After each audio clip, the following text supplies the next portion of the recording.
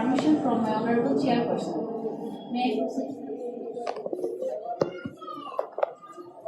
To begin with my presentation, I would like to show you the key topics of my presentation. So here we go. Definition, prevalence, risk factors, clinical features, association, diagnostic criteria, clinical examination, investigation, management, and the last of all is epilogue. Now come to definition. It is an acquired behavioral disorder characterized by excessive straining with unsatisfactory evacuation in the absence of local, systemic, or metabolic disorder which is associated with the failure of relaxation of sphincter and pelvic floor muscles. It may be associated with prolapse of other pelvic organs. Prevalence. In case of women, it's about 16.5%, and in case of men, it's about 5.2%. It's most common in multiparous women. Now the risk factors. Constipation, laxative and enema abuse, chronic straining, anorectal surgery, aging and pregnancy. Now come to clinical features.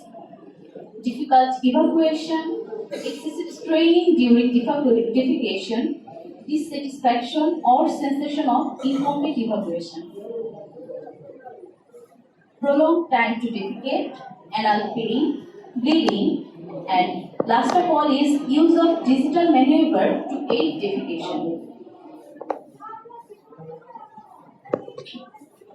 There are well-defined ROM 2 criteria for clinical inclusion of ODS.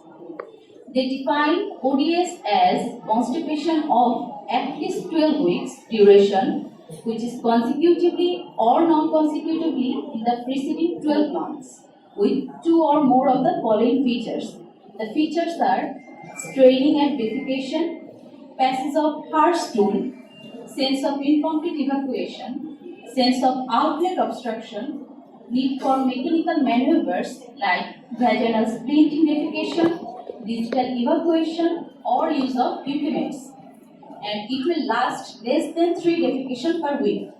All of these features will be associated with at least 25% of the people of this defecation. There is a ODS Agarwal constipation and bowel activity scoring system. This scoring system includes symptoms and frequency. Symptoms are excessive straining, incomplete evacuation, use of laxatives, digital pressure, and constipation. And frequency are categorized from never, rarely, sometimes, usually, and always. And we will rank them from 0 to 4. Now the question is how we can interpret the result. A collective score of greater than 5 is suspicious, greater than 10 is indicative, and greater than 15 is the confirmatory diagnosis. There are some anatomical conditions that is associated with ODS. First of all is rectal mucosal prolapse, rectal intersusception, rectocele, urogenital prolapse, enterocele, sigmoidocele, and aneurysms. Now I am going to show you some picture of it. First picture showing you the rectal intersusception and rectocele.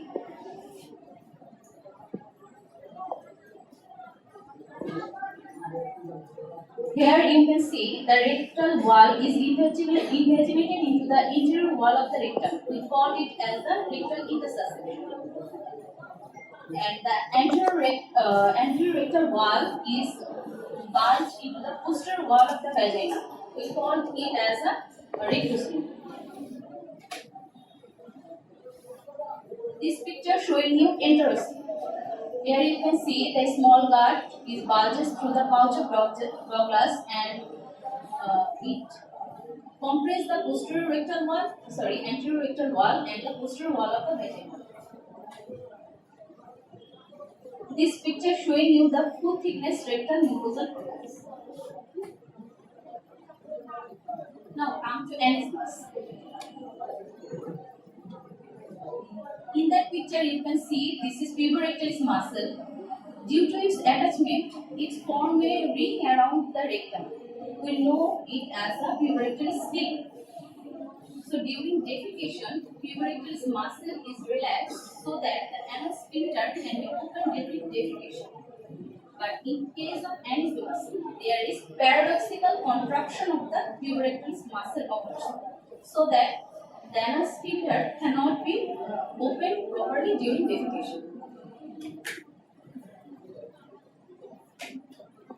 Now come to clinical examination. In our day-to-day practice, we most commonly do digital rectal examination. So the exam components are: first we have to inspect the perineum under good light source so that we can see there is any excoriation, skin tags, anal fissure, scars or hemorrhoids. On digital palpation, we will see if it's tender or not, if there is any mass, stricture or stool consistency. Now the resting tone, if it's normal, weak or increased. The squeeze maneuver. First of all, we have to ask the patient to squeeze and hold up to 30 seconds, so that we can grade it as a normal, weak or increased. Now pushing and bearing down maneuver. Push report, normal, weak or excessive. Anal relaxation, normal, impaired or paradoxical contraction, and perineal descent is normal, excessive or absent. Proctoscopy. Proctoscopy is done to identify rectus-seal, sphincter defect, abnormal perineal descent, internal mucosal prolapse, and complete rectal prolapse. Now the investigation. There are sort of investigation that we can done. First of all is defecography. Expected findings are internal rectal prolapse, rectocele, interocele, sigmoidocele, pelvic floor descent, paradoxal puborectalis contraction, incomplete and prolonged contrast evacuation, and poor rectal stripping. Anal endosonography.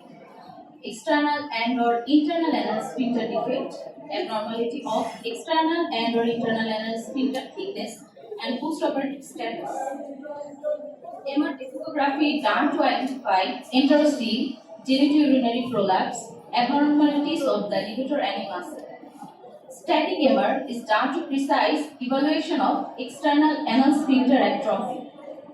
Electromyography to diagnose aneurysm.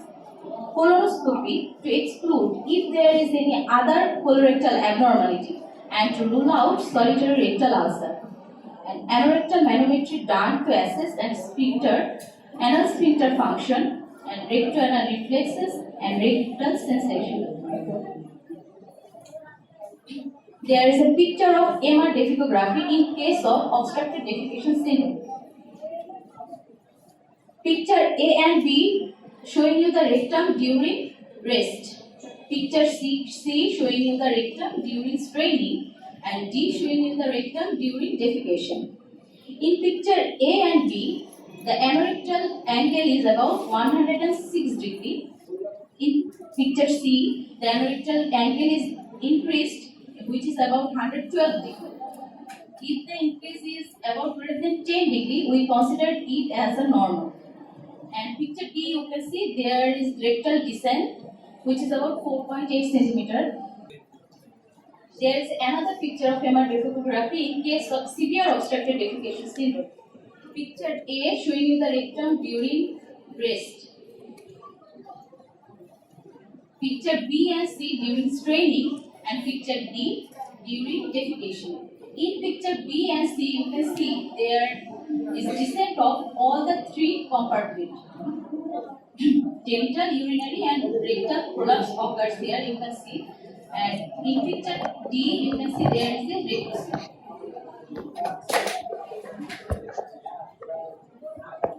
Now the management. First of all, conservative management. If there is no demonstrable structural abnormality, It includes diet, exercise, and biofeedback. Biofeedback includes sensory training, electromyographic feedback, and manometry feedback. Here is a picture showing you the ideal posture of sitting in a toilet. In first picture, we most commonly use commode. In that picture, you can see the body is at 90-degree angle with the lower extremity. So the pubic muscle choked the rectum. And in case of squatting position, it's about 35 degrees. And the pubic muscle is relaxed and the rectum straight. There is a exercise we most commonly known to which is Kegel's exercise. First, to locate your pelvic floor muscle, start by tightening your pelvic floor muscle for 3 seconds. Then relaxing for 3 seconds. This one is Kegel. Try to repeat this 10 times. This is called the set. Do one set in morning and one set at night. As you gain strength, try to increase the number. Now, surgical balancing. There are abdominal, vaginal, or laparoscopic approach that includes Delorme's procedure that we most commonly done in case of rectal prolapse. Alzheimer proctosigmoidectomy, which is sutured or stapled. Rectopexy, which may be suture, rib stain with sacral fixation, mesh, resection rectopexy, treatment bone bar, and laparoscopic ventral mesh rectopexy. There are some new procedure which is most commonly done in case of ODS. STAR procedure. STAR denotes for stapled transanal resection of rectum. Single stapled transanal prolapsectomy and perineal blepharoplasty. This picture showing you before going through STAR procedure and after the STAR procedure. There is a take-home message for you that ODS is a complex multifactorial condition as their functional and mechanical component work behind it. Functional component like aneurysmas and mechanical component like rectal prolapse, rectal intersection. And it's not a life-threatening disorder, but it can be distressing and demoralizing with negative impact on the quality of the life of the patient. There is a reference from where I have collected all the information. Surgical gastroenterology, an article published by Brisby Agarwal and Essential Surgical Practice. So that's all about my today's presentation. Thank you.